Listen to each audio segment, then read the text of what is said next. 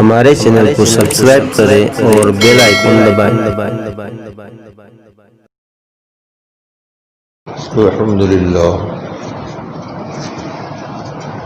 الحمد لله كفى وسلام على عباده الذين اصطفى أما بعد فأعوذ بالله من الشيطان الرجيم بسم الله الرحمن الرحيم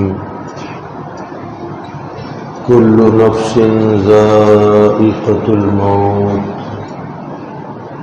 إنما توفون أجوركم يوم القيامة فمن زحزح عن النار وأدخل الجنة فقد فاز وما الحياة الدنيا إلا متاع الغرور صدق الله مولانا العلي العظيم وبلغنا رسوله النبي الأمين المتين الكريم ونحن على ذلك لمن الشاهدين والشاكرين والحمد لله رب العالمين۔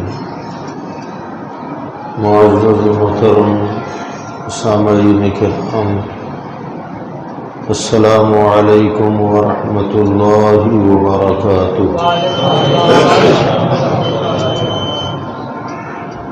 ان اللہ وملائکتہ یصلون علی النبی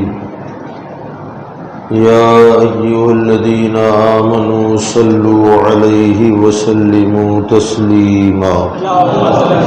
اللهم صل على سيدنا ونبينا مولانا محمد وعلى آله وسلم صلاة وسلاما عليك يا سيدي يا رسول الله صلى الله تعالى عليه وسلم۔ عزیزان ملت اسلامیہ، خطبہ مسنونہ کے بعد قرآن عظیم کی بہت مشہور آیت کریمہ کی تلاوت کا شرف ہم نے حاصل کیا۔ قرآن مقدس میں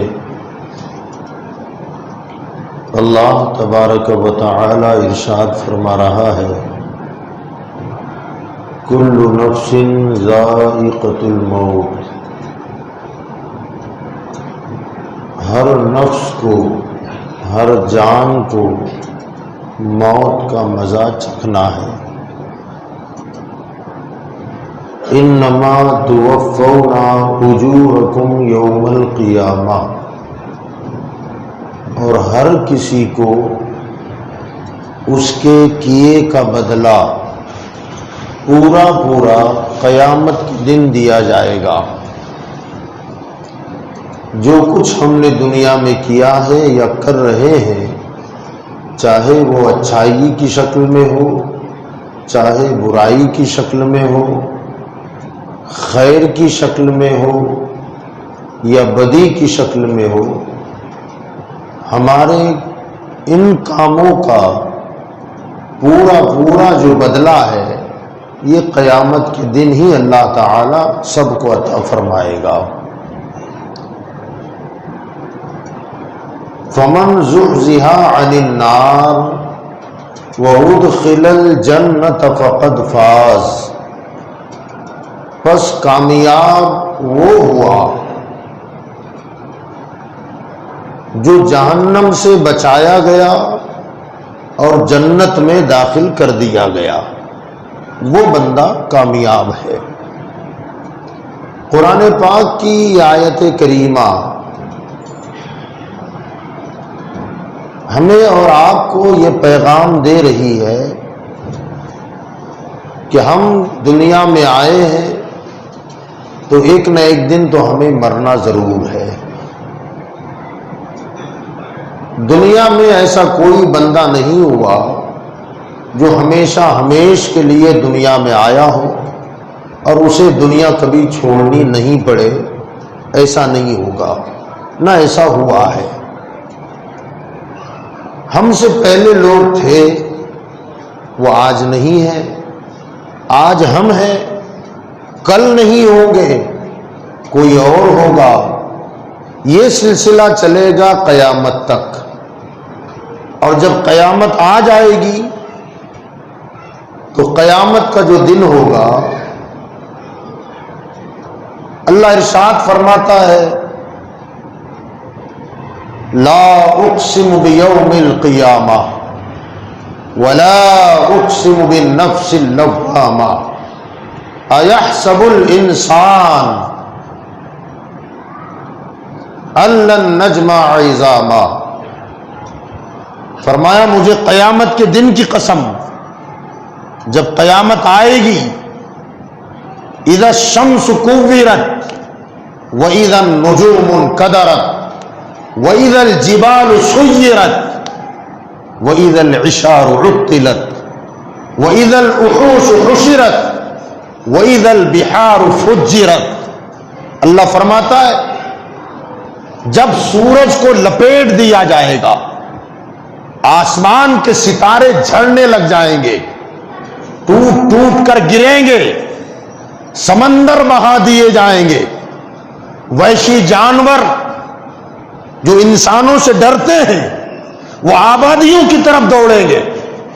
انسان کی تھوڑی سی حرکت بھی ہو تو وہ جانور جسے وحشی کہتے ہیں، جیسے جنگل کا ہرن ہے، خرگوش ہے، جو جنگلوں میں رہتے ہیں، مگر خوف کا ایسا عالم ہوگا کہ وحشی جانور آبادیوں کی طرف دوڑیں گے۔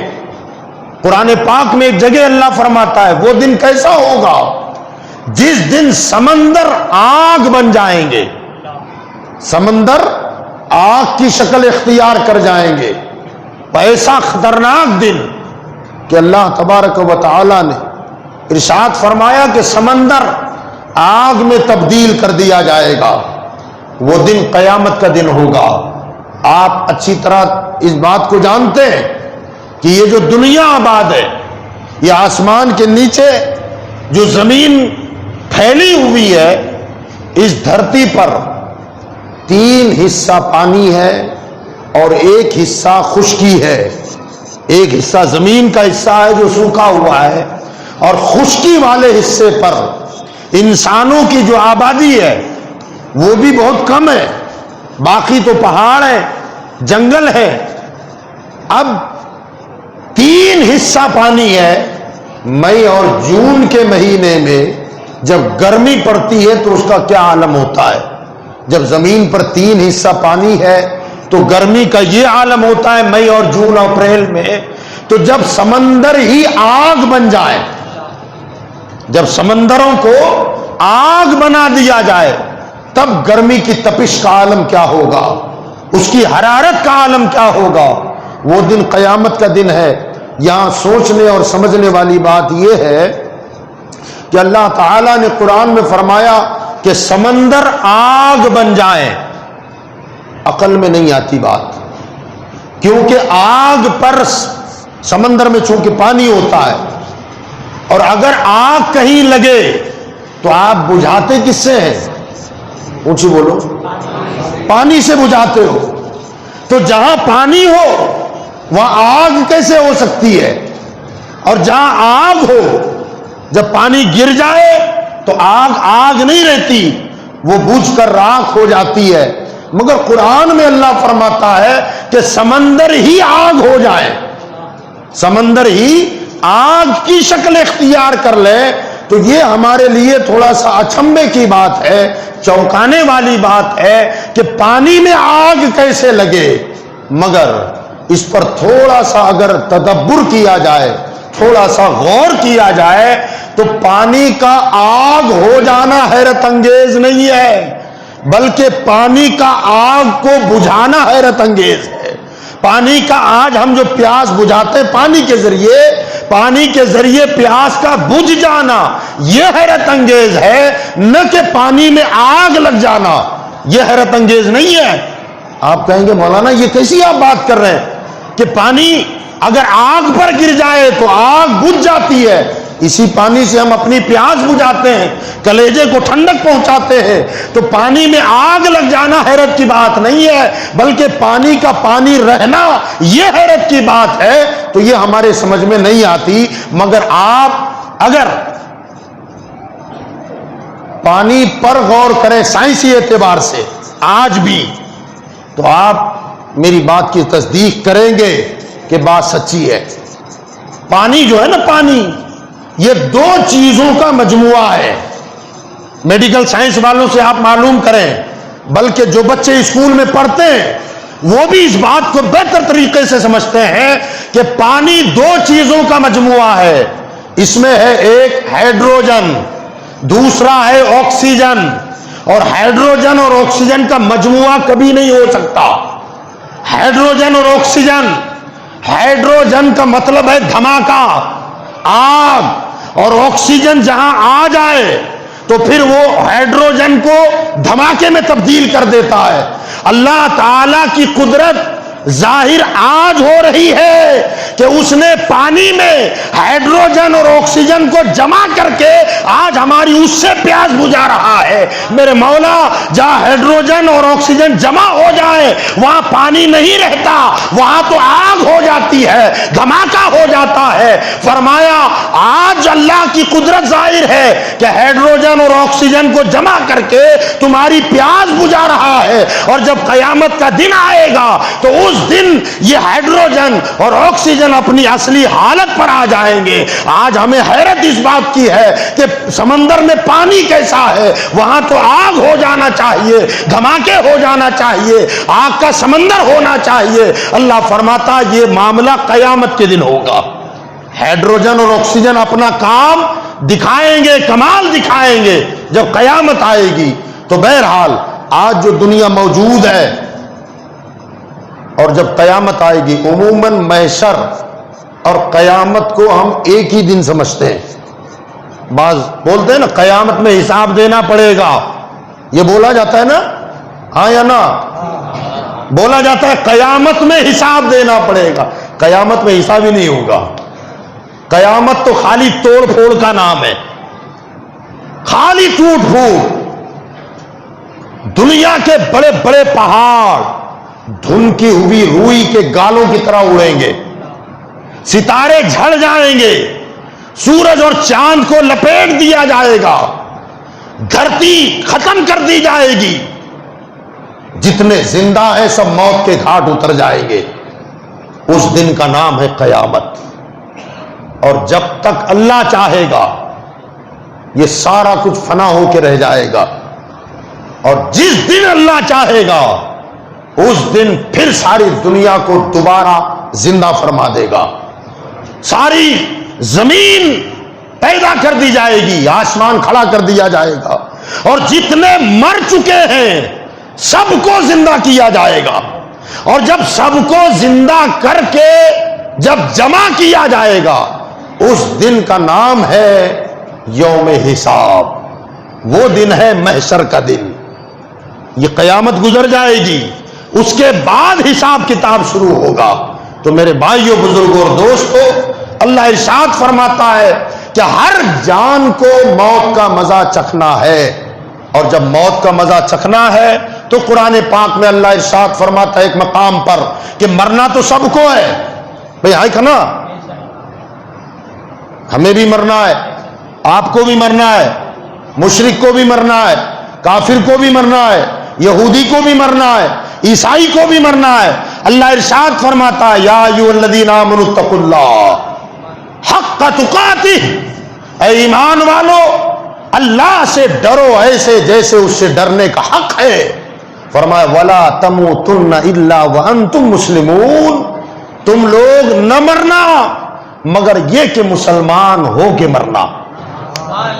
تمہیں موت نہ آئے مگر اس حالت میں مرنے کی کوشش کرو کہ مولا میں مسلمان ہوں، میں ایمان والا ہوں۔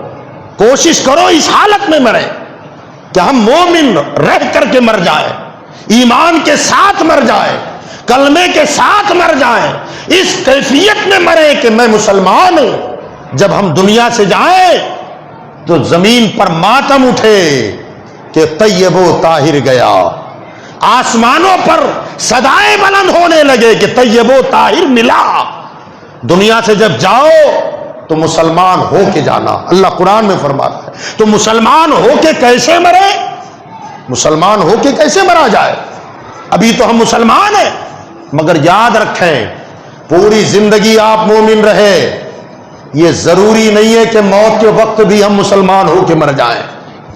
ہمیں ہمیشہ اس بات سے ڈرنا چاہیے، اس بات کا خوف رکھنا چاہیے، اور اللہ کی بارگاہ میں ہمیشہ دعا کریں کہ مولا موت دے تو ایمانی موت عطا فرما، کیونکہ ایمان پر مرنا یہ ہمارے بس کا کام نہیں ہے، ہمارے اختیار کا کام نہیں ہے۔ یاد رکھیں ہزاروں لوگ، کروڑوں لوگ ایسے بھی دنیا میں گزرے ہیں جن کی زندگی کا لمحہ لمحہ اسلام میں گزرا، مگر جب مرے تو کافر ہو کے مر گئے۔ اور لاکھوں کروڑوں لوگ ایسے بھی گزرے ہیں جن کی زندگی کفر میں گزر گئی، مگر جب مرے تو مسلمان ہو کے مرے، ایمان کی موت مرے۔ آپ یاد رکھیں یہ گناہ جو ہے نا، گناہ آج ہم جو مستی کی زندگی گزار رہے ہیں، منمانی زندگی گزار رہے ہیں، جو ہوگا دیکھا جائے گا۔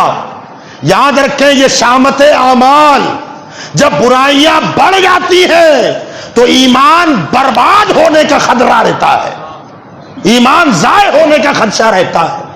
یاد رکھیں اس بات کو، ہمیں ایمان کی کوئی فکر نہیں ہے۔ دنیا میں ایمان بچا لینا کمال نہیں ہے، موت کے وقت ایمان بچ جائے یہ کمال ہے۔ یاد رکھیں حضور پیران پیر غوث اعظم سے بڑھ کر کوئی دنیا میں ولی ہے؟ وہ غوث جن کے بارے میں میرے امام احمد رضا کہتے ہیں کہ واہ کیا مرتبہ ہے غوث ہے بالا تیرا، اونچے اونچوں کے سروں سے ہے قدم آلہ تیرا، سر بھلا کیا کوئی جانے کہ ہے کیسا تیرا، اولیاء ملتے ہیں آنکھیں وہ ہے تلوا تیرا۔ وہ غوث اعظم رضی اللہ تعالیٰ عنہ، عید کا دن ہے، عید کا دن، لوگ خوشیوں میں مبارکبادیاں دے رہے ہیں ایک دوسرے کو، نئے نئے کپڑے پہنے ہوئے۔ لوگوں نے سوچا کہ آؤ پیران پیر کو بھی عید کی مبارکباد دی جائے، حضرت سے دعائیں لی جائے۔ جب دروازے پر آئے تو دروازہ بند تھا، کسی نے دروازہ کھٹکھٹایا، دروازہ جب کھلا تو لوگوں نے دیکھا پیران پیر غوث اعظم رو رہے ہیں، آنکھ میں آنسو جاری ہے، پرانے کپڑے پہنے ہوئے۔ لوگوں نے کہا حضور آج تو عید کا دن ہے، آج خوشی کا دن ہے، غم کا نہیں، رونے کا نہیں ہے۔ تو حضور پیران پیر غوث اعظم نے فرمایا عبد القادر کی عید تو اس دن ہوگی جس دن ایمان کے ساتھ موت پہ خاتمہ ہو جائے، ایمان پر موت آ جائے۔ فرمایا وہ دن عبد القادر کی عید کا دن ہے۔ فرمایا یہ عید کیا ہے؟ یہ عارضی خوشی ہے، مگر اصل عید عبد القادر کی کون سی ہے؟ جب موت آئے تو ایمان پر موت آئے۔ ذرا آپ دیکھیں غوث اعظم ہے اور موت کے وقت ایمان بچانے کی اتنی فکر ہے۔ اصل عید وہ ہے کہ بندہ جب مرے تو ایمان کی موت مرے، کلمے والی موت مرے۔ یاد رکھیں آج ہم چھوٹے چھوٹے گناہ، چھوٹا بڑا رہی کیا گیا ہے۔ ہاں آج ہمارے پاس وہ کون سا گناہ ہے جو آج ہماری سوسائٹی میں عام نہ ہو؟ زنا، لواطت، بدکاری، بد کرداری، جھوٹ، غیبت، بدی، ننگے ناچ گانے، پتہ نہیں کیا کیا ہم لوگ کر رہے ہیں۔ اور خدا کی قسم کھا کے کہتا ہوں، قرآن اٹھا کر کے آپ دیکھیں کہ پچھلی امتوں پر اللہ نے جو عذاب نازل فرمایا، اجتماعی عذاب، ایک قوم وہ ہے جس پر آسمان سے پتھروں کی بارش ہو گئی، ایک قوم وہ ہے جس پر اللہ نے آسمان سے آگ کی برسات فرما دی، کسی قوم کو زلزلے کے ذریعے تباہ کر دیا گیا، کسی قوم کو سور بنا دیا گیا، کسی قوم کو بندر بنا دیا گیا۔ وَكُونُوا قِرَدَةً خَاسِئِينَ، اللہ فرماتا ہے میں نے کہہ دیا ہو جاؤ دھتکارے ہوئے بندر، تو سب کے سب بندر بن گئے۔ یہ سارے کے سارے عذاب آئے، قوموں کو برباد کر دیا گیا۔ کسی قوم کو زمین کے ساتھ ان کی آبادیوں کو اوپر اٹھایا گیا، اتنے اوپر اٹھائے گئے کہ ان کے مرغوں کے بولنے کی آواز آسمان والوں نے سنی، اور پھر اللہ نے فرشتوں سے فرمایا پوری بستی کو پلٹ کر چھوڑ دو. پوری بستی کو الٹ کر کے چھوڑ دیا گیا, زندہ دفن ہو گئے. ان کو دیکھیں آپ کہ آخر کون سے گناہ پر یہ عذاب آیا. تو حیرت ہوتی ہے مسلمانوں, حیرت ہوتی ہے. کام کیا؟ ایک قوم پر صرف اس لیے عذاب آیا کہ ان میں جھوٹ عام ہو گیا تھا, جھوٹ بولتے تھے. ایک قوم پر صرف اس لیے عذاب آیا کہ ناپ تول میں کمی بیشی کیا کرتے تھے. ناپ تول میں جدھر پتھر رکھا جاتا وزن کا اسے, اور جس میں مال تولا جاتا تھا اس ترازو کے نیچے کوئی وزندار چیز رکھ دی جاتی تاکہ لوگوں کو مال کم ملے. یہ ناپ تول میں کمی, یہ ہوتا تھا. اس وجہ سے عذاب آ گیا. ایک قوم نے صرف ان کے یہاں پر سنیچر کا دن مقدس تھا. وَلَقَدْ عَلِمْتُمُ الَّذِينَ اعْتَدَوْا مِنْكُمْ فِي السَّبْتِ فَقُلْنَا لَهُمْ كُونُوا قِرَدَةً خَاسِئِينَ. وہی بندر بننے والی قوم. گناہ کیا تھا؟ فرمایا سنیچر کے دن صرف عبادت کرنا, اس کے سوا کوئی دوسرا کام نہیں. دنیا کا ہر کام تمہارے لیے سنیچر کے دن حرام. یہ قرار دیا گیا پورا دن عبادت کرو. اب معاملہ یہ کہ اللہ تبارک و تعالی نے, وہ جو قوم تھی وہ مچھلیوں کا شکار زیادہ کیا کرتی تھی. قرآن پاک کی تفسیر جس کی آیت میں نے پڑھی ہے وَلَقَدْ عَلِمْتُمُ الَّذِينَ اعْتَدَوْا مِنْكُمْ فِي السَّبْتِ. تم جانتے ہو بہتر طریقے سے کہ سنیچر کے دن کی بے حرمتی کرنے والوں کے ساتھ ہم نے کیا سلوک کیا. وہ کیا تھا سنیچر کے دن کی بے حرمتی؟ تو فرمایا وہ مچھلی مارنے کا کام زیادہ کرتے تھے, مچھلی کا شکار. مگر پورا ہفتہ شکار کرتے, مچھلیوں کا جال ڈالتے, کانٹے لگاتے, مگر اتوار سے لے کر جمعے تک مچھلیاں تو ملتی تھی, شکار ہوتا تھا.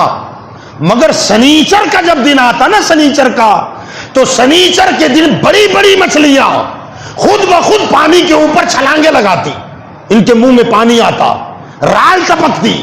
کیا پورا ہفتہ اتنی مچھلیاں نظر نہیں آتی ہے؟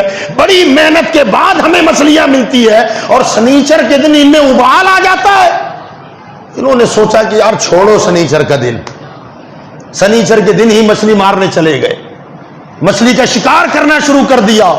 ان میں جو نیک لوگ تھے وہ جا جا کر انہیں سمجھاتے کہ اللہ کے بندو کیا کر رہے ہو, سنیچر کے دن عبادت ہی کرنی ہے, دنیا کا کوئی کام کرو گے حرام ہے, باز آ جاؤ, اللہ ناراض ہو جائے گا, اللہ کے پیغمبر ناراض ہو جائیں گے, قیامت کا دن آئے گا, یوم حساب آئے گا.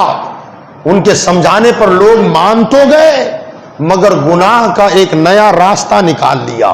آج بھی ہوتا ہے, ہمارے پاس بھی لوگ مسائل رات دن پوچھتے ہیں, راتوں کو بھی فون آتے ہیں, مسئلے حضرت یوں ہو تو بھئی حرام ہے یار, حضرت اس کو اگر یوں کیا جائے تو, یعنی ہم میں بھی الجھا دیتے ہیں. اپنے مطلب کے لیے ایسی ایسی گلیاں نکالتے ہیں کہ عالم سوچنے پر مجبور ہو جاتا ہے کہ آپ کہیں تو کیا کہیں.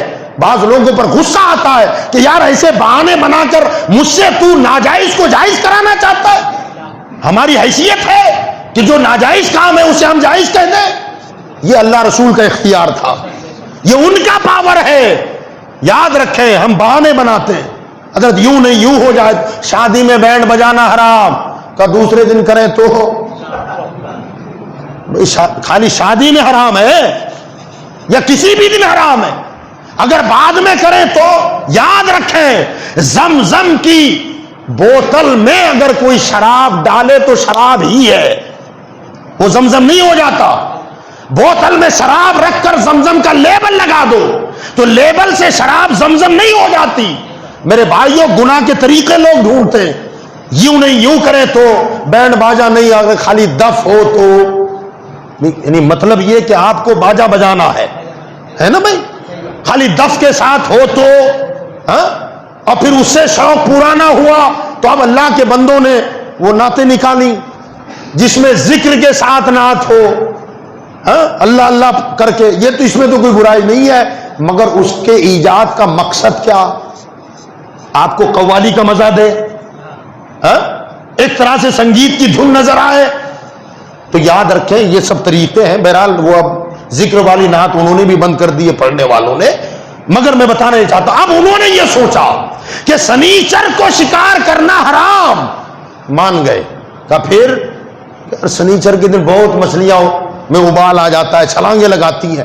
اب انہوں نے کیا کیا کہ دور دریا سے دور ذرا بڑے بڑے گڈھے کھودے اور نہر کھود دی, اور جب جمعے کا دن آتا نا جمعے کا, تو جمعے کے رات کو, سنیچر کا دن نکلنے والا ہے, اس رات کو جو دریا اور گڈھے کے بیچ میں بند باندھا تھا اسے نکال دیتے اور پانی بہتے بہتے بہتے ان گڈھوں میں آتا.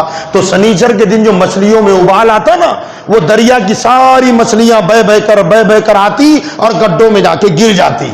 اتوار کا دن آتا تو پھر وہ بند لگا دیتے اور اتوار کے دن گڈھے سے مچھلیاں نکالتے. طریقہ کیا تھا, نکالا نا طریقہ نکلا. لوگ کہتے بھائی کیا کر رہے ہو, کرنا نہ شکار تو سنیچر کو حرام ہے نا, ہم نے تو پکڑا اتوار کو, یہ تو کوئی گناہ نہیں ہے. لوگ کہتے تھے یار یہ ہیلا ہے, یہ بہانہ ہے, اس بہانے سے اللہ کو ناراض کرنا ہے.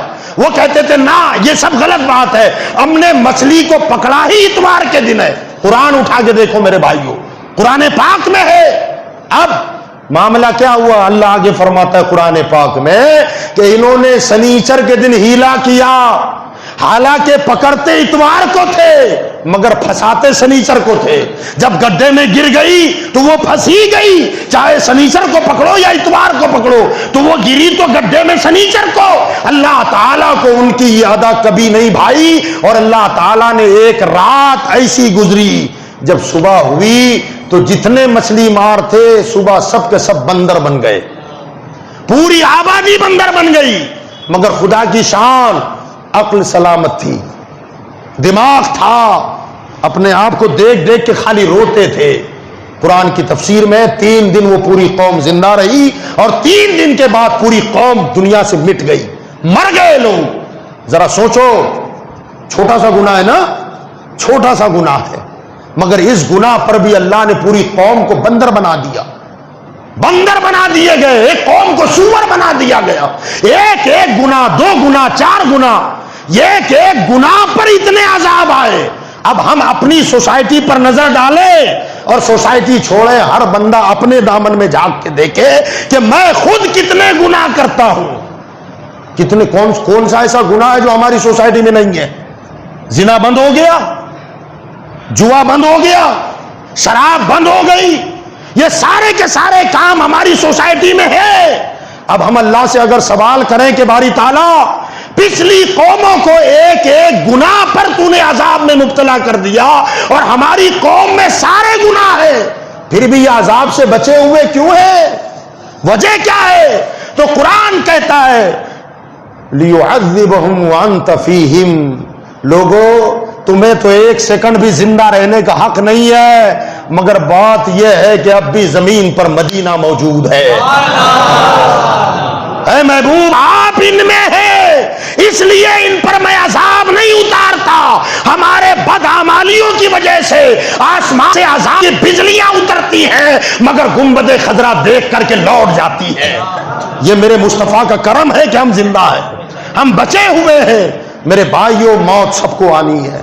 کامیاب انسان وہ ہے کہ اپنی زندگی میں موت کی تیاری کر لے, قبر کی تیاری کر لے. موت سب کو آنے والی ہے. اور یاد رکھیں, جوان اس لیے خرمستیوں میں ڈوبا ہے کہ ابھی تو عمر ہے میری, بوڑھے ہوں گے تب مسجد پکڑیں گے, بوڑھے ہو جائیں گے تب داڑیاں رکھیں گے. اور کئی ایسے بوڑھے ہیں سمجھ ہی میں نہیں آتا, اللہ رحم فرمائے. جوان تو اس امید پر داڑھی نہیں رکھتا کہ بوڑھا ہوگا تب داڑھی رکھوں گا, مگر بوڑھا پتہ نہیں کس امید پہ داڑھی نہیں رکھتا ہے, پتہ نہیں وہ کیا سوچ کے داڑھی منڈواتا ہے. اور کئی ایسے جوان ہیں, شاید اس سے پہلے بھی میں نے عرض کیا تھا, کئی ایسے جوان ہیں بھئی داڑھی کیوں نہیں رکھتے؟ میرے نبی کی سنت ہے, اللہ کو پسند ہے, سارے نبیوں کی سنت ہے, کیوں نہیں رکھتے؟ کہا مولانا کاروبار ذرا غیروں میں ہے نا, وہاں جانا آنا پڑتا ہے, آئے دن ہمارے ملک میں فسادات ہوتے ہیں, آئے دن ہنگامے ہو جاتے ہیں, فساد پھوٹ پڑتا ہے. اگر داڑھی ہوگی تو جلدی مارے جائیں گے اور داڑھی نہیں ہوگی تو بچ کے نکل جائیں گے. ایمانداری سے سوچو مسلمانوں, ذرا غور کرو. اگر آپ کے چہرے پر داڑھی نہیں ہے اور آپ غیروں کے علاقے میں کام کرتے ہیں، داڑھی نہ ہونے کی وجہ سے آپ بچ کے آ گئے، دل پہ ہاتھ رکھ کے سوچنا، فیصلہ آپ کے ہاتھ میں ہے کہ آخر ان دشمنوں نے آپ کو کیا سمجھ کے چھوڑا؟ سوچو، کیا سمجھ کے چھوڑا؟ کافر سمجھ کے چھوڑا نا؟ اور ایسی زندگی پہ لعنت ہے کہ جس زندگی میں کافر بھی ہمیں کافر سمجھے، میں سمجھتا ہوں کہ ایسی زندگی سے وہ موت بہتر ہے کہ کافر بھی نبی کا غلام سمجھ کے مار ڈالے۔ ارے بھائیوں ذرا غور کریں یار، کدھر جا رہے ہیں ہم؟ مرنا سب کو ہے، اور جوانوں آپ سے عرض کرتا ہوں، بڑھاپے میں تو سب کچھ لٹ جائے گا، بعد میں مسجد پکڑو تو کمال نہیں ہے، بعد میں داڑھی رکھو یہ کمال نہیں ہے۔ کمال تو اس وقت ہے کہ نفس بھی بیدار ہو، برے یار دوست بھی ہو، شیطان بھی اپنا داؤ چلا رہا ہو، اور سب کو لات مار کے نبی کی سنت کو کلیجے سے لگا لو۔ کمال یہ ہے، کمال یہ نہیں ہے کہ سارے اعضاء ڈھیلے پڑ جائیں اب عبادت کرو، کمال یہ نہیں ہے کہ اب داڑھی رکھی جائے، کمال تو یہ ہے کہ مصطفیٰ بھی مدینے سے دیکھیں اور فرشتوں سے کہیں کہ فرشتوں ذرا میرے دیوانے کو دیکھو تو، جوان ہٹا کٹا ہے، گناہ دعوت دے رہا ہے، مگر ایسی حالت میں بھی چہرے پر میری سنت سجائے ہوئے۔ فرشتوں گواہ رہو، میں اپنے اس غلام سے راضی ہو چکا ہوں۔ میرے بھائیوں یاد رکھیں، داڑیاں سجاؤ یار، گناہوں سے باز آ جاؤ۔ یاد رکھیں ہمارے پاس گناہوں کا کوئی شمار نہیں۔ اور پھر میں ایک بات یہ عرض کر دوں کہ اگر ہر بندہ خود اپنے دامن میں جھانک کے دیکھے، تو میں کسی پر انگلی نہیں اٹھا رہا ہوں، ہر بندہ، میں اپنے دامن میں جھانکوں، آپ اپنے دامن میں جھانکیں۔ آپ ذرا دیکھیں، میری عمر 45 سال ہو چکی ہے، اگر میں اپنی پوری زندگی، گزری ہوئی زندگی کا اگر جائزہ لوں، احتساب کروں، جب سے بالغ ہوا تب سے، آپ بھی خود دیکھیں، ایسے ان سالوں میں کئی دن گزر چکے ہوں گے جن میں ہم نے ایک بھی نیکی نہیں کی۔ ٹٹولیں آپ، آج بھی ہوتا ہے، ایک بھی نیکی اور بھلائی کا کام نہیں کیا، مگر زندگی میں کیا کوئی ایسا دن ڈھونڈ کے نکال سکتے ہو کہ جس دن میں آپ نے ایک بھی گناہ نہ کیا ہو؟ نکال سکتے ہو؟ ممکن نہیں ہے، پاسبل نہیں ہے۔ جھوٹ تو بولا ہی ہوگا، کسی کو گالی تو دی ہی ہوگی، نگاہ خراب تو کر ہی ڈالی ہوگی، کچھ نہ کچھ تو ہوگا ہی۔ اللہ رحم فرمائے، اللہ رحم فرمائے یار۔ کئی لوگ تو ایسے بھی ہیں، بے پردہ عورت آ رہی ہے، خوبصورت آ رہی ہے، ہاں تو یہ لا حول ولا قوت الا باللہ، لا حول ولا قوت، لا حول پڑھتا بھی جا رہا ہے، دیکھتا بھی جا رہا ہے۔ حضرت کیا زمانہ آ گیا! ابے زمانہ آیا، تیری آنکھ تو تیرے کنٹرول میں ہے، زمانہ اگر بگڑ گیا تو سدھر جا۔ بد نگاہی عام سے عام تر ہو گئی، لوگ باقاعدہ طور پر خالی بے پردہ عورتوں کو دیکھنے کے باقاعدہ جگہ بنی ہوئی ہے، لوگ جا جا کے بیٹھتے ہیں۔ بھئی تیری ضرورت کیا ہے اس بریج پہ جا کے بیٹھنے کی؟ کہ بس ایسی بیٹھتا ہوں، تھوڑی ٹھنڈی ہوا آتی ہے۔ اچھا ٹھنڈی ہوا کے لیے تم جا رہے ہیں؟ فلاں علاقے میں جا کے بیٹھتے ہو، بائکیں لگی ہیں، بیٹھے ہوئے، کوئی مقصد تو ہے نا۔ یاد رکھیں میرے بھائیوں، ایک واقعہ آپ کو سنا دوں۔ بد نگاہی، خالی غیر محرم عورت کو غلط نظر سے دیکھنا، معلوم ہے آپ کو کتنی بڑی بات ہے یہ؟ ہم چھوٹی بات سمجھتے ہیں اس کو، یہ چھوٹی بات نہیں ہے۔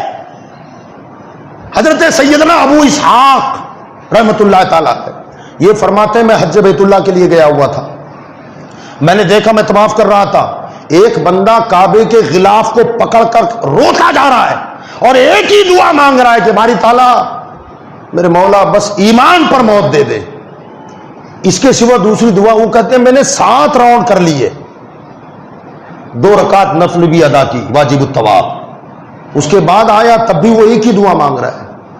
میں نے اسے دھکا دیا تو اس نے سر اپنا پردے سے ہٹایا اور میں نے اس سے کہا بھائی ایک ہی دعا مانگ رہا ہے ایمان پر خاتمے کی، اس کے سوا کچھ نہیں مانگتا؟ تو وہ کہنے لگا ہاں، جو کچھ میں نے دیکھا ہے اگر تم دیکھ لیتے تو یہی مانگتے۔ حضرت ابو اسحاق کہتے ہیں میرے بھائی ذرا واقعہ کیا ہے مجھے بھی ذرا بتا دے۔ تو اس کا بیان ہے، ذرا غور سے سنو نوجوانوں۔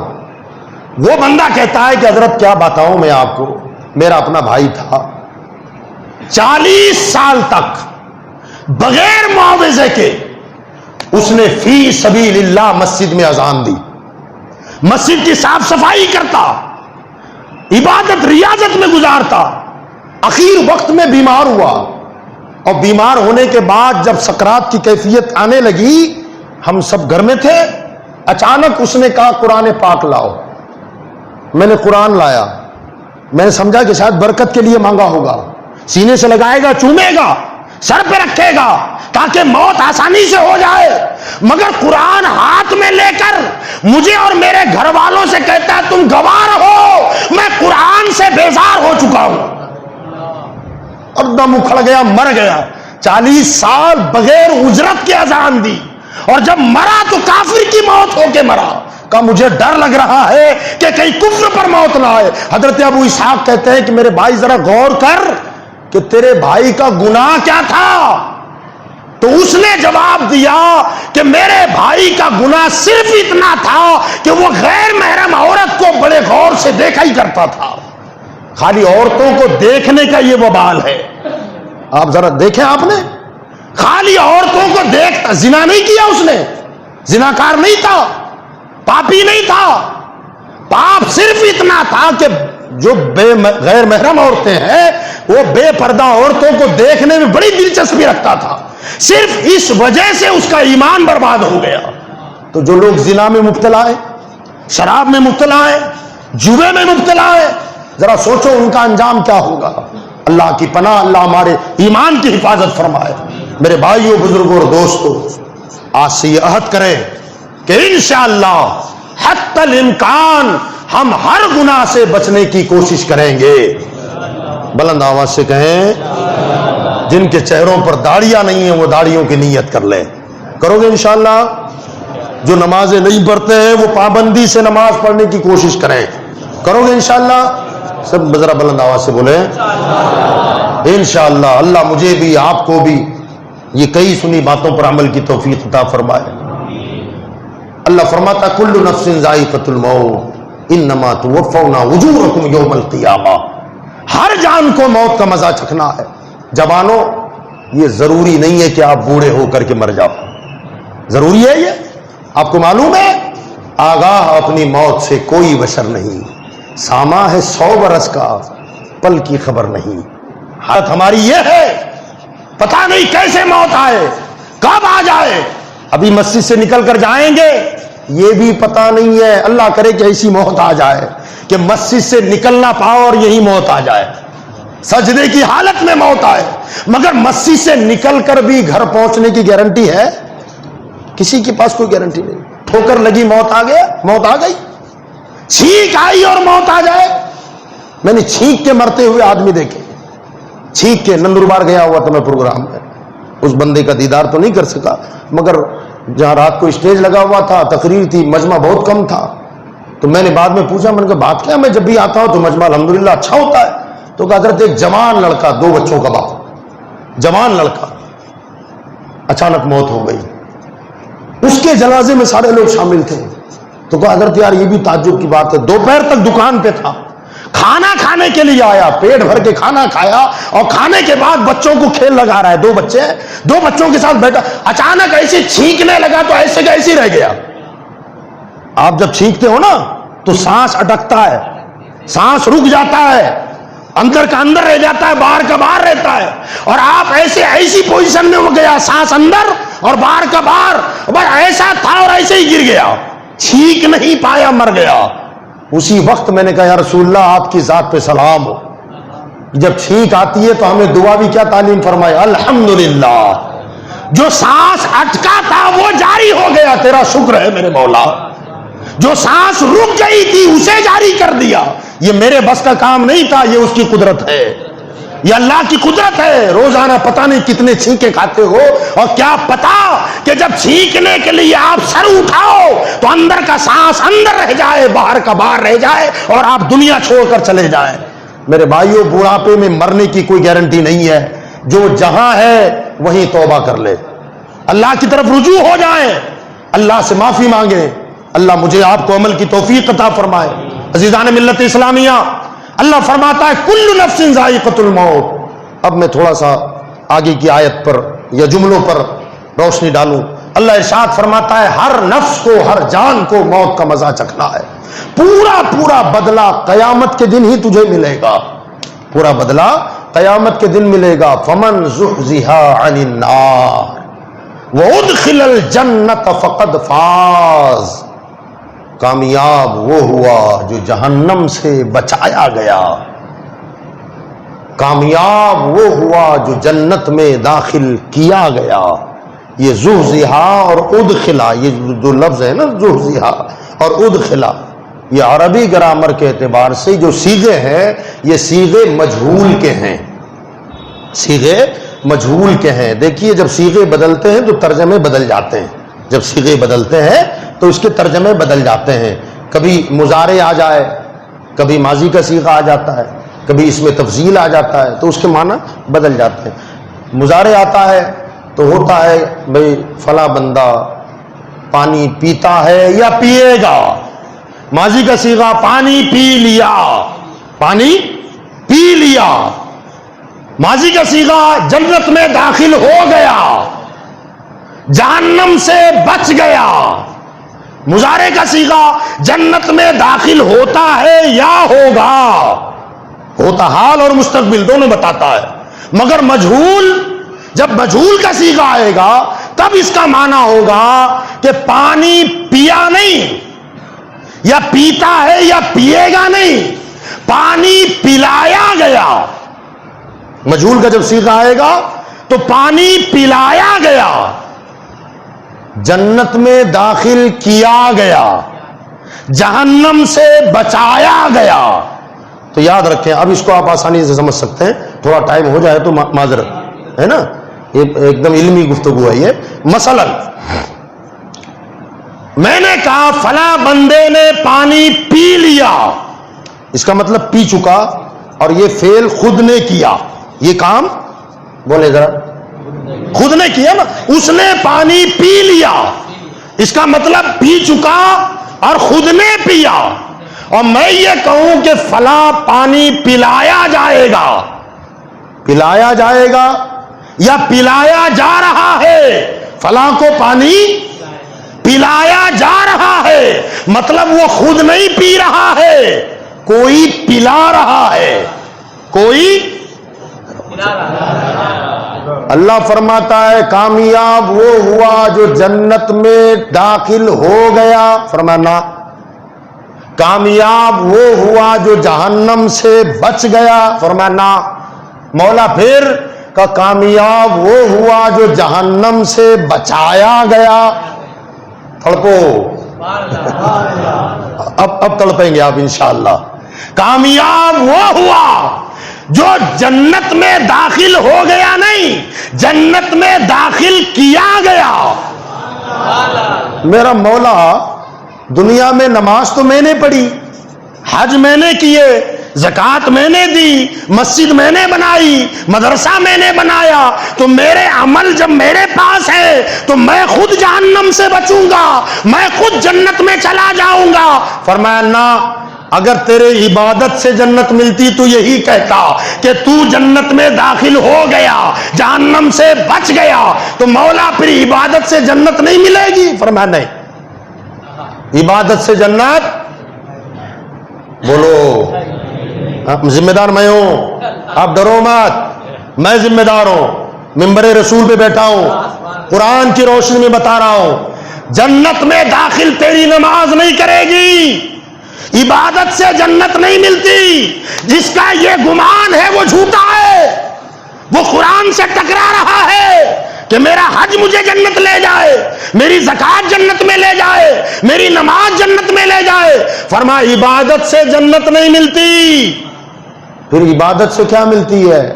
فرمایا عبادت سے رحمت ملتی ہے، اور رحمت سے جنت ملتی ہے۔ عبادت سے، اونچی بولو اب، عبادت سے رحمت ملتی ہے اور رحمت سے، اونچی۔ ایک اور روایت سن لیں یار، اس کو ذرا میں دلیل کے ساتھ پیش کر دوں، اور مزید اور دلیل۔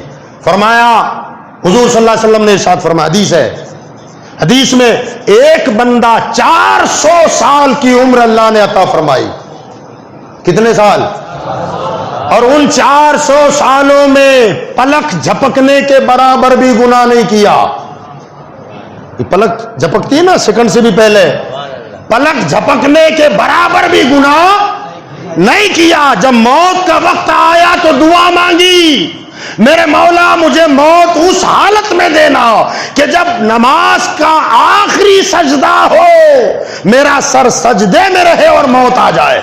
اللہ نے وہ بھی دعا قبول فرما لی. سجدے کی حالت میں مرا. فرماتے قیامت میں آئے گا، قیامت میں لایا جائے گا. ابھی قیامت نہیں آئی. میرے نبی کا علم غیب دیکھیں آپ، میرے آقا کا علم غیب دیکھیں. وہ عبادت کرنے والا پہلے گزر چکا حضور سے پہلے، ابھی قیامت نہیں آئی اور بتا رہے ہیں. پتا چلا میرا مصطفیٰ ماضی بھی جانتا ہے، حال بھی جانتا ہے، مستقبل بھی جانتا ہے، اور جب مستقبل ختم ہو جائے گا تب بھی جانتا ہے. فرمایا قیامت میں وہ بندہ لایا جائے گا اور اس کا دفتر کھولا جائے گا. گناہ ایک بھی نہیں، نیکیوں کے انبار لگے. 400 سالہ عبادت، سجدے میں موت. اللہ فرمائے گا میرے بندے نے خوب عبادت کی ہے، میرے بندے کو میری رحمت سے جنت میں داخل کرو. یہ حکم ہوگا تو وہ بندہ کھڑا ہو جائے گا، باری تعالیٰ تیری رحمت سے جنت؟ اللہ فرمائے گا ہاں مولا اگر تیری ہی رحمت سے جنت میں جانا تھا تو 400 سالہ یہ دفتر جو بھرا ہوا ہے نیکیوں کا، اس کا کیا؟ کہ اچھا تو نے یہ عبادت جنت کے لیے کی تھی، اپنی میری رحمت سے نہیں جانا چاہتا، اپنی عبادت کے زور پہ جنت جانا چاہتا ہے. مولا عبادت کی اس لیے تھی اور تو آج کہہ رہا ہے کہ اس کے عبادت کے زور پہ نہیں، میری رحمت سے جنت میں داخل کرو. اللہ فرمائے گا فرشتوں میرے بندوں کو میری رحمت سے، میرے بندے کو میری رحمت سے نہیں، اس کی عبادت کے زور پہ یہ جانا چاہتا ہے. کہ اس کی ذرا آنکھ نکالو، ایک آنکھ، اور ترازو جو ہوگا نا میزان عمل، اس کے ایک پلڑے میں اس کی 400 سالہ عبادت کا دفتر رکھ دو اور ایک پلڑے میں میری ایک نعمت آنکھ نکال کے رکھ دو. اب دونوں پلڑے ہوں گے، ایک میں نام اعمال، دوسرے میں اللہ کی نعمت عطا کردہ آنکھ رکھی جائے گی. اللہ فرمائے گا تولو، اس کے نیکیوں کا پلڑا ہلکا ہو جائے گا، آنکھ والا پلڑا وزندار ہو جائے گا. اللہ فرمائے گا 400 سالہ عبادت خالی ایک آنکھ کا بدلہ نہ بن سکی. پوری زندگی کتنی نعمتیں استعمال کیا، کہ اٹھاؤ اس کو ڈالو جہنم میں. اب وہ گر گرائے گا، روئے گا، گریہ وزاری کرے گا، مولا میں سمجھ گیا میری عبادت کے زور پہ نہیں، تیری رحمت سے جنت میں ڈال دے. تیری رحمت سے ہی جنت ملے گی، عبادت سے جنت. اونچی بولو، عبادت سے جنت نہیں ملے گی، تیری رحمت سے جنت ملے گی. اب پتا چلا عبادت سے کیا ملے گی؟ اونچی بولو، عبادت سے رحمت ملے گی اور رحمت سے جنت ملے گی. کلیئر ہو گئی بات کہ عبادت سے رحمت ملتی ہے اور رحمت سے جنت. جب رحمت ہی سے جنت ہے تو قرآن کہتا ہے وما ارسلناک الا رحمت للعالمین، یہ مدینے والا سراپا رحمت ہے. پتا چلا جنت میرا مصطفیٰ دے گا، جنت مدینے کے تاجدار دیں گے، ہم خود جہنم سے نہیں بچیں گے. اللہ فرماتا ہے فمن زحزح عن النار، کامیاب وہ ہوا جو جہنم سے بچایا گیا. مولا میں نہیں بچا، کون بچائے گا؟ کہ مدینے والا بچائے گا. کامیاب وہ ہوا جو جہنم میں جنت میں داخل کیا گیا. مولا میں داخل نہیں، کہا تو نہیں داخل ہوگا، کوئی ہے جو داخل کرے گا. مولا کون کرے گا؟ کہا آمنہ کا لال کرے گا. جب وہ جنت میں داخل کرنے والے ہیں اور جہنم سے بچانے والے ہیں تو بھلا اس کا میلاد کیوں نہ منائے؟ اس کا میلاد کیوں نہ منائے؟ ہم تو اس کے میلاد مناتے گھومتے ہیں جو ہمیں بڑھاپے میں دواخانہ لے جاتا ہے. بیٹا پیدا ہوا تو لڈو بھی بانٹ رہا ہے، گلے مل رہا ہے، مبارک سلامت مبارک سلامت. اتنی دھوم مچا دی کہ پورے گھر کو زرق برق کر دیا، لائٹ کر دیا، جراغا کر دیا. میں نے کہا بھیا کیا بات ہے اتنی خوشی؟ کہ مولانا بیٹا پیدا ہوا ہے گھر میں, 4 بیٹیوں کے بعد ایک بیٹا آیا ہے, 4 بیٹیوں کے بعد بیٹا آیا ہے. میں نے کہا بھیا ایک کو ہوا ہے کہ سب کو ہے؟ بیٹا کسی ایک کو ہوا ہوگا, یہ پورا خاندان. میں نے کہا تو کیوں اتنا خوشی منا رہا ہے؟ تو کہا میرا بیٹا ہے نا وہ. میں نے کہا چاچا آپ؟ تو کہا حضرت وہ میرا پوتا ہے. اچھا, میں نے کہا آپ کا پوتا اس لیے آپ خوش ہیں؟ کہا دوسرے چاچا آپ؟ کہا میرا نواسا ہے. میں نے چوتھے سے پوچھا, کہا میرا بھتیجا ہے وہ. 5ویں سے پوچھا, کہا میرا بھانجا ہے. میں نے کہا اچھا, کوئی بولا خوش اس لیے ہوں کہ میرا بیٹا ہے, کوئی بولا میرا پوتا ہے, میرا نواسا ہے, میرا بھانجا ہے, میرا بھتیجا ہے. وہاں سے باہر نکلا تو ایک آدمی کرسی لگا کر کے گھر کے سامنے اندھیرے میں بیٹھا ہوا ہے. میں نے کہا پڑوس میں اتنی خوشی ہے, آپ خوش نہیں مناتے؟ آپ بھی تو خوشی منائیں, ذرا لڈو پیٹے بانٹے, مبارکباد دیں. تو کہا میں کیوں مناؤں, مجھے وہاں سب منا رہے ہیں, وہاں سارے لوگ خوش ہیں. مولانا سمجھے نہیں آپ. میں نے کہا کیا؟ کہ وہ کسی کا کچھ لگتا ہے اس لیے خوش ہیں. وہ لڑکا کسی کا کوئی نہ کوئی رشتہ اس کے ساتھ ہے اس لیے وہ خوش ہے. اور مجھے آپ کہہ رہے ہیں خوشی منا, تو میں کیوں خوشی مناؤں؟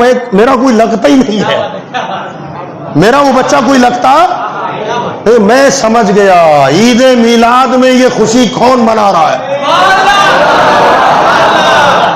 نبی کے ساتھ اس کا کوئی نہ کوئی کنیکشن اور رشتہ ہے, تو جس کا رشتہ ہے وہ خوشی منائے, جس کا کوئی رشتہ ہی نہیں ہے وہ خوشی کیوں منائے؟ جس کا کوئی رشتہ نہیں ہے وہ خوشی کیوں منائے؟ نثار تیری چہل پہل پر ہزاروں عیدیں ربیع الاول سوائے ابلیس کے.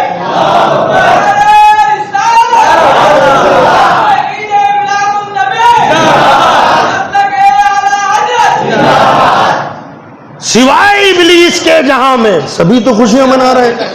اب سب خوشیاں منا رہے ہیں مگر ابلیس ہے کہ مٹی ڈال رہا ہے سر پہ, خاک ڈال رہا ہے. اب جو اس کی ضروریت ہوگی وہ سارے اداسیوں میں بیٹھے ہوں گے, وہ سارے اندھیروں میں بیٹھے ہوں گے, جلا ہوا لائٹ بھی بجھا دیں گے, اور جس کا رشتہ مدینے والے سے ہے وہ بجھا لائٹ بھی جلا دے گا, وہ بجھا لائٹ بھی جلا دے گا.